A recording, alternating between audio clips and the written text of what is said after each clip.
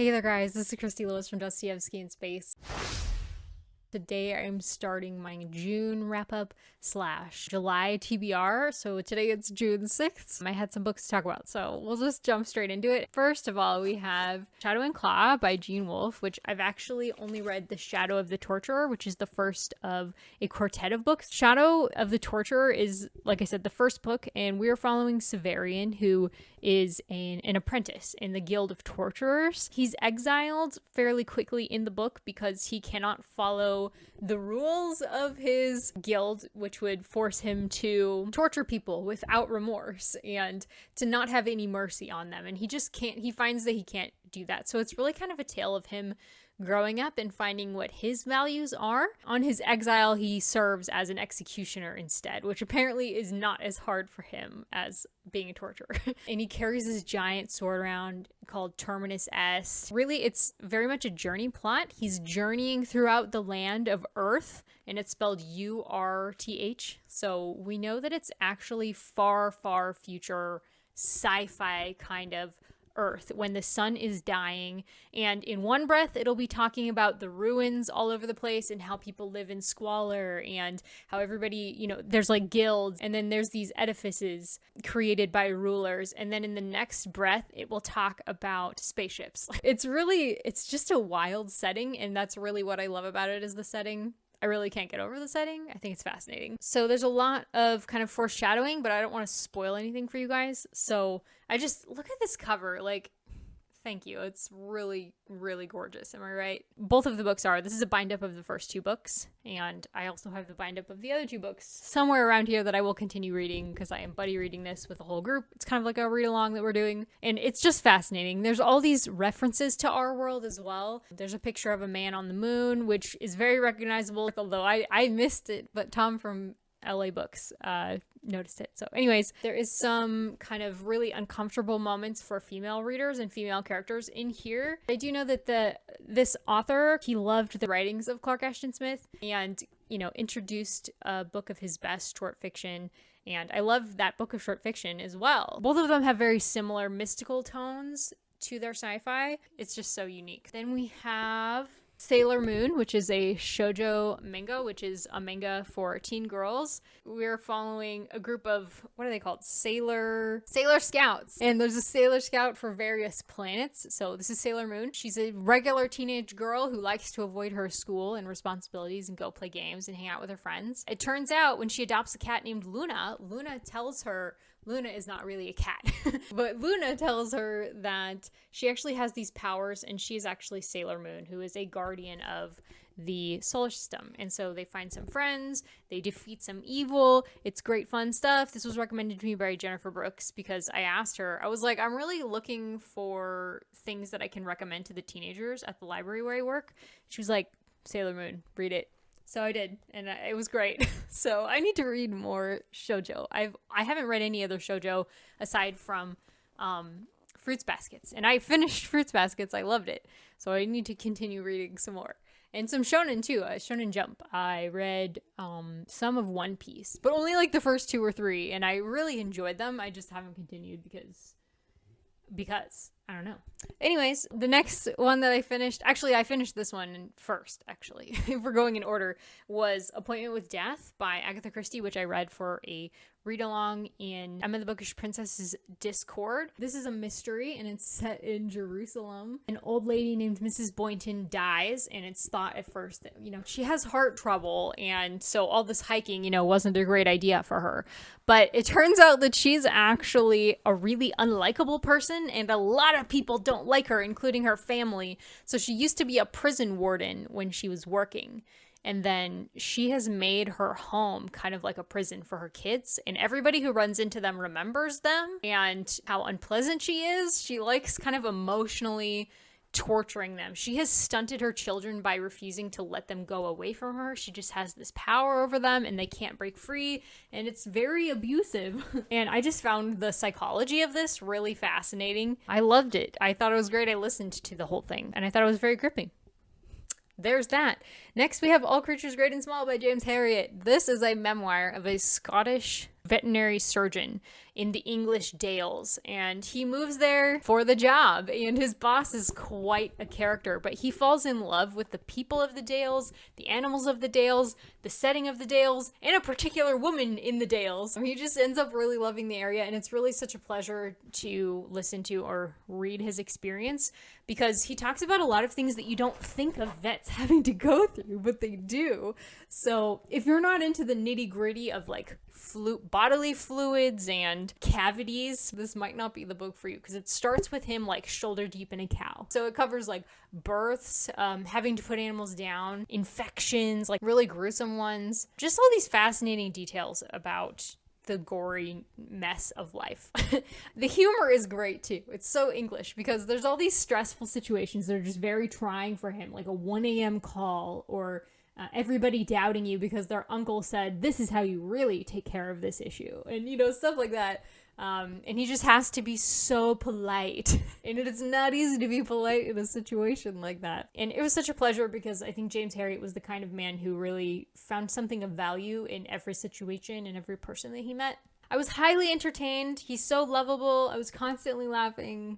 I really loved this. So anyways, that's what I have done so far this month. Oh, and also I did finish the first story, a bad business, and in this collection that I'm doing a read along of. So I'll talk about that more probably later though, because I want to finish the rest of them first.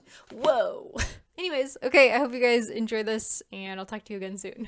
Hey guys, it's now the end of June, so it's time to wrap up my June reading and tell you about my July plans.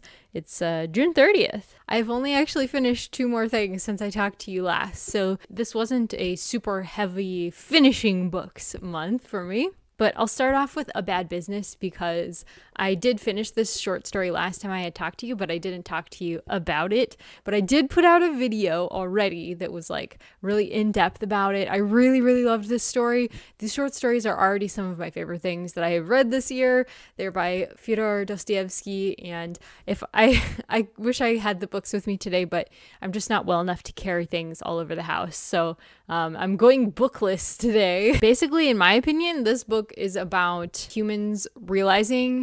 how humans can be hypocritical without realizing it, and then the crushing weight of that realization of your own hypocrisy. It seems like a very self-reflective story. This is a book of short stories, by the way. A Bad Business is like the title story of this book of short stories. So it's about a very progressive bureaucrat who's bragging to all of his older friends about how progressive and wonderful he is. And then he goes on to visit like a myriad of disasters on his subordinates, and he just doesn't even think of it from their point of view at all. It's really just really funny, and also really sad, and like super relatable in my opinion. Like, we all do this. Really loved that one. And I also read the next story, which is Conversations in a Graveyard. Now, this is a Manichaean satire, and I have a whole list of things that I want to talk about for this story, but I didn't get a chance to like reread it and organize my notes before making this video. So hopefully I can do that either next month, or I can do a video about it or something, because it's a great story. All of these short stories are just really wonderful. But Conversations in a Graveyard, also known as Bobak, is really hilarious. It's about a writer who is in search of a story, and he ends up in a graveyard, and he's hearing all of these dead people talk to each other in the grave.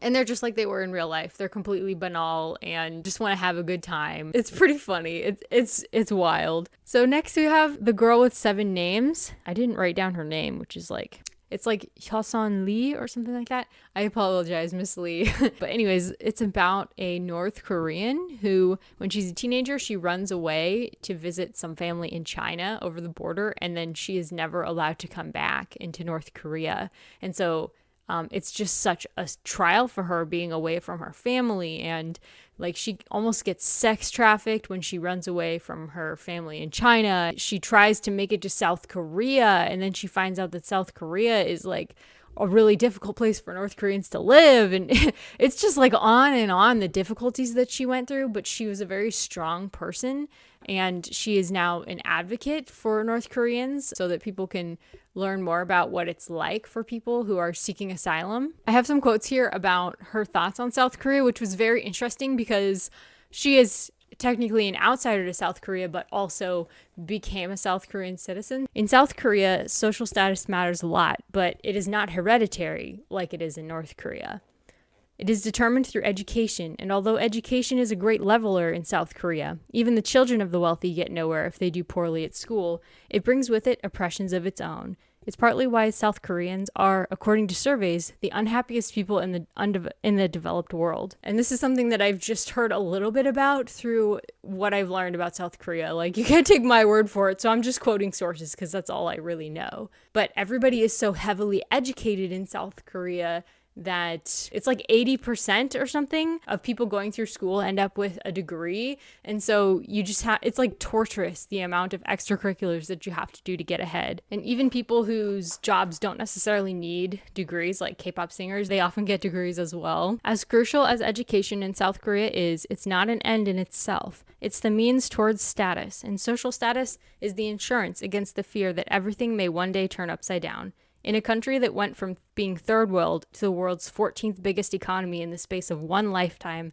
hunger and instability are still lingering memories. That is so interesting to me, going from third world to the world's 14th biggest economy in the space of one lifetime. Like, it's just an incredible powerhouse country, but I think everybody is running ragged there, working just really hard all the time. I just really love learning more about South Korea, even from a North Korean, and she was learning about it from that perspective of a North Korean going in whose education was totally worthless from North Korea, who had to like lie about her identity in order to get into jobs throughout her lifetime since she was a teenager, and who eventually ended up being successful in South Korea, but like, for instance, couldn't marry the love of her life because she wasn't highly educated enough and it would have displeased his parents. She's saying like most North Koreans end up, living hand to mouth types of existences. And so they're kind of looked down on in South Korean society. It's so interesting and intense. And I'm just so grateful that I read this. I read this with Penny, who is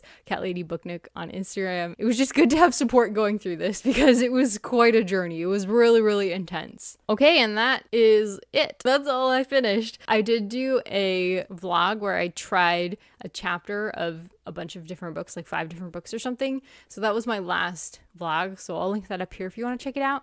And some of those I'm planning to continue reading in July. That was so fun. And I just feel like I got a taste of a lot of different books. So the book that I ended up focusing on in that vlog was The Death of the Archbishop, and that's by Willa Cather, and I'll probably continue that one. I continued reading more of it last night, but at the moment I'm finding that I can only focus on a particular book from like maybe 15 to 20 minutes, maybe 30 minutes a day, so it's kind of reading small chunks in chunks of time. But I'm thinking that with Tiffany I'll be able to go on with that. And I've also been reading Kitchen with Una. I just really love the writing style of this. It's by Banana Yoshimoto. I originally wanted to read something from her because the Codex Cantina has been talking about her for so long. I'm also reading The Count of Monte Cristo for a read-along. To be frank, I almost DNF'd this 2 days ago, and I am behind by about 10% where I need to be, by Saturday, and today is Thursday.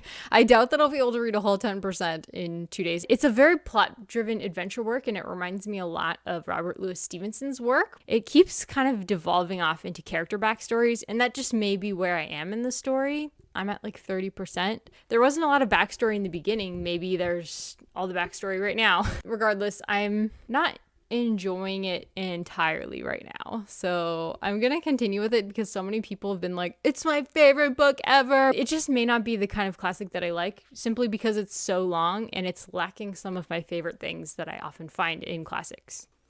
We'll have to see. Maybe it'll get better. If I wasn't in a read-along, I definitely would have DNF'd it 2 days ago. Dia, who also has a booktube channel right here, I'll put the name right here. She's also on Instagram. She told me I should give it to like 35 or 40% before I decide. She said, see if you're not hooked by then. So I'll do my best. We'll see how far I get. And then A Bad Business, I'll be finishing this one up in the next 2 weeks. This is also for a read-along that I'm doing with Stephanie from Miss Richards Reads, and Tiffany from Beautiful Minutia, and Kate from The Literary Apothecary, and Evie from She Was Only Evie. I will also continue with A History of Korea by Hwang. I think that's how you say it. And I have like 2 or 3 versions of the Faust legend that I would like to read this month. And they're pretty short, so it should be doable, hopefully.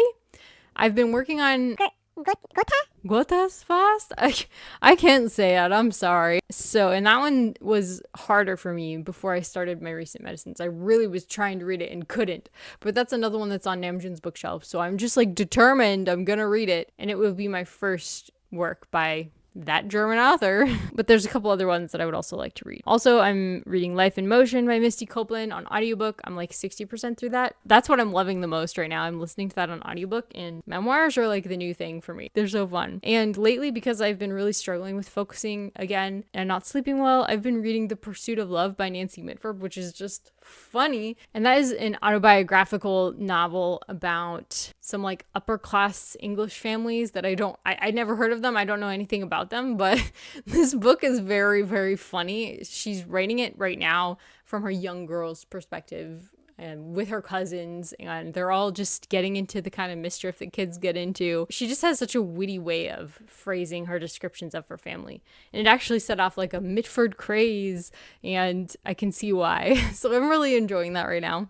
That's one of the ones that I started in my last vlog. And finally, aside from some other things that I'm reading for relaxation at night, and potentially The Lark by E. Nesbit for Kate House Kindred Spirits Book Club, which actually I should actually go get that. I want to try more Edith Nesbit because I was disappointed by The Railway Children, honestly. It was kind of boring from what I read of it, but I really loved Five Children and It so much. We'll see. And I'm also sort of sometimes reading Brother's Keeper by Julie Lee, which was recommended by my friend Joanna. So anyways, that is my plan for July and everything I read in June. The end of the month was just like, I was like most interested in listening to politics, and I was stressed about computer problems and trying to do that and my health and just a lot. So hopefully I can finish up a few of these books next month, and I'm excited for next month. Every month is an adventure now that I'm not planning it so rigidly. It's nice to not have any pressure on my reading. Let me know what your plans are for July and what you enjoyed in June, and I'll talk to you guys soon. Bye-bye.